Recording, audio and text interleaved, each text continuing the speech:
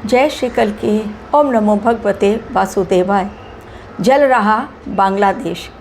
पाकिस्तान में अलग आतंक मचा हुआ है। इस समय जेन जेड वाले कहीं पर भी पहुंच रहे हैं किसी भी देश में और अपना उपद्रव स्टार्ट कर रहे हैं सरकार के खिलाफ। पाकिस्तान में डर है कि कहीं सरकार गिर न जाए और बांग्लादेश में भी यही डर। इसलिए आनन फानन में जल्दी जल्दी शेख हसीना को फांसी की सज़ा सुना दी गई। वो तारीख जिससे हर कोई डरता है, उस अंक से हर कोई डरता है, यानी 17 तारीख। और 17 नवंबर को जैसे ही शेख हसीना की फांसी की सज़ा का अनाउंसमेंट हुआ, वहाँ पर सब लोगों को पता चला तो कुछ लोगों ने तो मिठाइयाँ बांटनी शुरू कर दी, लेकिन जो उनके अपनी पार्टी के लोग थे उनको बहुत बुरा लगा और इसलिए फिर ऐसा उपद्रव वहाँ पर शुरू हुआ कि पुलिस को एक्शन लेना पड़ा। लेकिन पुलिस फोर्स के ऊपर भी ज़बरदस्त अटैक, यानी बांग्लादेश ने जो कुछ किया था हिंदुओं के साथ, आज उसी का फल उसे मिल रहा है। क्योंकि इस समय शनिदेव वक्रीय है और वक्रीय शनि के साथ जब गुरुदेव वक्रीय और बुध देव वक्रीय, तो इस समय इंसान की बुद्धि वैसे भी सही तरीके से काम नहीं करती। अब यूनुस सरकार ने सोचा होगा, जो अंतरिम सरकार है बांग्लादेश की, कि जल्दी जल्दी निपटारा किया जाए, शेख हसीना को फांसी के तख्ते पर लटका दिया जाए, मेरा रास्ता क्लियर हो, मैं आराम से गद्दी पर बैठ सकूं। क्या इतना आसान है शेख हसीना को भारत से निकाल कर ले जाना? क्योंकि एक्सपर्ट का दावा है कि ये इतना आसान काम नहीं है। भले ही उन्होंने हवाला दिया है प्रत्यर्पण संधि का, लेकिन उस हवाले से भी भारतवर्ष ने बहुत सधे हुए शब्दों में जवाब दे दिया है।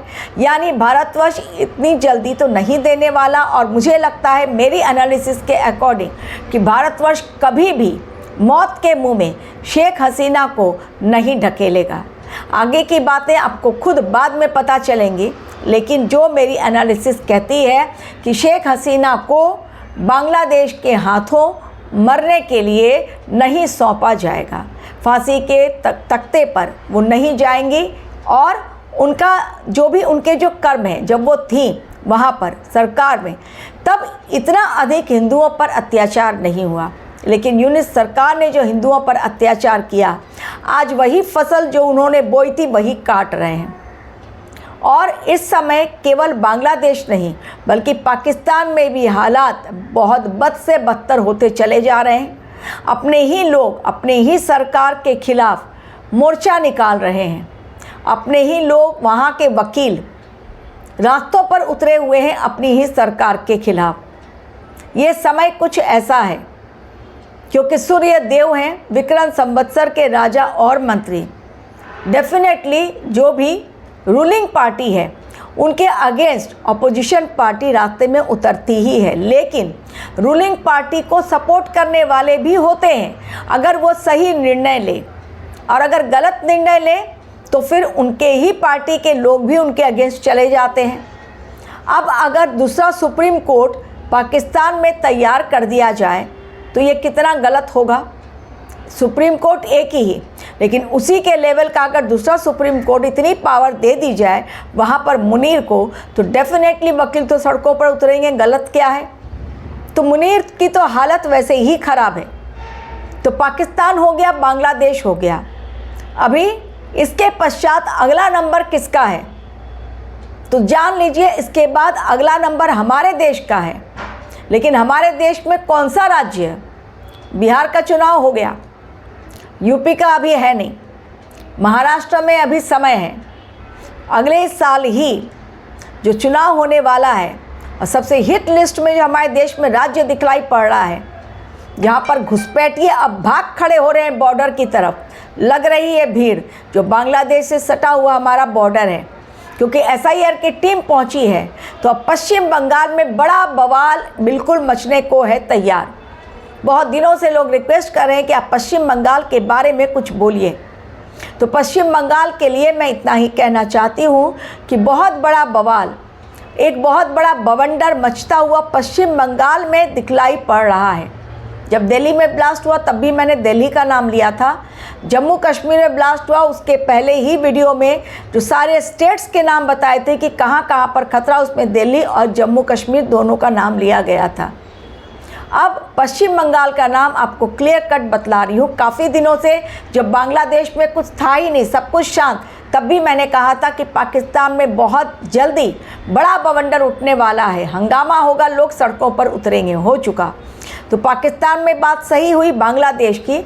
अब अगला नंबर हमारा देश, और हमारे देश में कहाँ पर? पश्चिम बंगाल, क्योंकि वहाँ पर ममता सरकार है जो कि ज़्यादा घुसपैठियों को फेवर देती है या एक ऐसी कम्युनिटी को फेवर देती है जहाँ से उन्हें वोट मिल जाए। लेकिन अब ये नहीं चलने वाला, क्योंकि ग्रहों की चाल बदल रही है और 2026-25 से भी ज़्यादा कठिन समय 2026 का आने वाला है उन सभी के लिए जो धर्म के रास्ते पर नहीं है, अधर्म के रास्ते पर है और केवल अपना वोट बैंक चमकाने के लिए वो राजनीति में आए हैं, जनता की सेवा करने के लिए नहीं आए हैं। तो ये ऐसे लोग जो राजनीति के नाम पर वास्तव में कलंक है, ऐसे लोगों का खात्मा बहुत जल्द होने जा रहा है। लोग सड़कों पर उतरेंगे, क्योंकि अभी से ही घुसपैठिए भागने शुरू हो गए, क्योंकि एसआईआर की टीम पहुंच रही है जगह जगह छानबीन करने के लिए। इस समय हर चीज़ में एक सुधार होगा, क्योंकि गुरुदेव अतिचारी हैं और वक्रीय भी हो गए हैं 5 दिसंबर तक, उसके पश्चात वो मार्गीय होंगे। तो ये जो अवस्था है गुरुदेव की, ये गुरुदेव की वक्रीय अवस्था, ये बहुत ज़्यादा डेंजरस है। इसलिए इस समय, और शनिदेव भी अब मार्गीय हो रहे हैं, तो शनिदेव का मार्गीय होना भी बहुत ज़्यादा खतरनाक है। तो गुरुदेव का वक्रीय होना प्लस शनिदेव का वक्रीय होना, ये सारी चीज़ें बेहद बेहद खतरनाक साबित हो रही हैं। और गुरुदेव का वक्रीय होना इसलिए भी खतरनाक है क्योंकि ये एक चांस देते हैं सुधरने का। अगर इंसान न सुधरे तो फिर हालत बहुत ज़्यादा खराब होती है। इसलिए अगर सुधर गए इंसान तो फिर तो ठीक है, लेकिन अगर नहीं सुधरे तो फिर हाल बेहाल हो जाता है। इसलिए ये समय थोड़ी सी सावधानी, चेतावनी को थोड़ा सा ध्यान में रखें, क्योंकि बांग्लादेश के पश्चात अब अगला नंबर हमारे देश का और वही पश्चिम बंगाल का लगने वाला है। इसके अलावा भी विश्व में बड़े बदलाव और भयंकर तूफान देखने को मिलने वाला है। तो रहें सावधान, अपने कर्मों को सुधारें, धर्म से रिलेटेड जितने भी काम हैं वो करें, धर्म को सपोर्ट करें, सनातन को सपोर्ट करें, एकजुट रहें। जितनी जल्दी हिंदुओं में एक जागरण आ जाएगा, जागरण की भावना उत्पन्न हो जाएगी कि नहीं भाई, हम भी कुछ हैं और हम भी कुछ कर सकते हैं। भगवान भरोसे बैठने से कि भगवान कल की आएंगे और सब कुछ कर देंगे, तो कुछ नहीं होने वाला। अपने आप ही अर्जुन को भी अस्त्र उठाना पड़ा था। जब अर्जुन को अस्त्र उठाना पड़ा था तो फिर क्यों नहीं आज का इंसान लड़ेगा। वैसे भी मंगल की महादशा का ये समय है, तो मंगल की महादशा के समय में युद्ध तो हर हाल में होगा। भारतवर्ष तैयारी कर ही रहा है, लेकिन खतरा जो है इस समय हमारे देश पर उन घुसपैठियों के द्वारा है जो कि आकर डेरा जमा कर बैठ गए हैं, नकली पैन कार्ड, नकली आधार कार्ड लेकर बैठ गए हैं, आतंकवादियों के साथ मिलकर हाथ मिला लिए हैं चंद रुपयों के लिए। और हमारे देश में कई जयचंद अब पैदा हो गए हैं। देश में आने के पश्चात यहाँ की सुख सुविधाएं हमारे प्रधानमंत्री जी ने दिल खोलकर सबको बांट दी। उन सुख सुविधाओं को लेकर अच्छी तरह से पाल पोस कर उनको बड़ा कर दिया गया, और अब जब घर भी मिल गया है फ्री में, राशन भी फ्री में मिल रहा है, तो हमारे ही देश के खिलाफ अब ये बॉम्ब बरसा रहे हैं, मिसाइल और ड्रोन से अटैक करने की प्लानिंग कर रहे हैं। अब इन घुसपैठियों का अंत होना ज़रूरी है। इसलिए हमारा देश अब नहीं सहेगा किसी ऐसे अन्याय को।